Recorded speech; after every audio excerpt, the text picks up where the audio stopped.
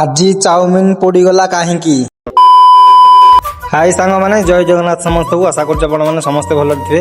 ତ mini blogger 90 ଡେଜର ଚ୍ୟାଲେଞ୍ଜର ଆଜି ହେଉଛି ଡେ 28।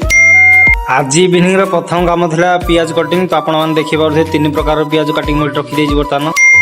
ତ କିଛି ସମୟ ଅପେକ୍ଷା କଲା ପରେ ତାପରେ ଆମର ଚାଉମିନ ଅର୍ଡର ଥିଲା, କାରଣ 6ଟା ଚାଉମିନ ଅର୍ଡର ଥିଲା, 3ଟା ଖାଇବା ପାଇଁ ଆଉ 3ଟା ପାର୍ସଲ ପାଇଁ ଥିଲା ଭେଜ୍ ଚାଉମିନ।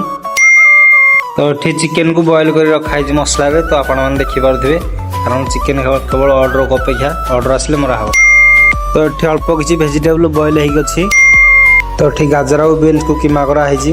ତ ଏଠି ଅଳ୍ପ ଚାଉମିନ କିଛି ବଞ୍ଚି ଯାଇଥିଲା। ତ ସମୟ ହେଇଯାଇଥିଲା 9:30। ଆମ ରେଷ୍ଟୁରାଣ୍ଟରେ ଗୋଟେ ବି କଷ୍ଟମର ନଥିଲେ, ପୁରା ଫାଙ୍କା ପଡ଼ିଥିଲା ରେଷ୍ଟୁରାଣ୍ଟ। ତ ଆପଣମାନଙ୍କୁ ପ୍ରିଭିୟସ୍ ଭିଡ଼ିଓରେ କହିଥିଲି, କାରଣ ଫାଷ୍ଟଫୁଡ ତଳ ଦୋକାନ ବନ୍ଦ ଅଛି ଆମର। ତ ଏଠି ଆମର 15ଟା ରୁଟି ଅର୍ଡର ଥିଲା। ତ ଆମର ଏଠି ଗୋଳା ହେଇକି ରେଡି ହେଇକି ଅଛି ବର୍ତ୍ତମାନ। ତ ସବୁ କାମ ସରିଲା ପରେ ସମୟ ହେଇଯାଇଥିଲା 11:30। ବର୍ତ୍ତମାନ ମୁଁ ଯାଉଛି ରୁଟି ତଡ଼କା ଖାଇବି।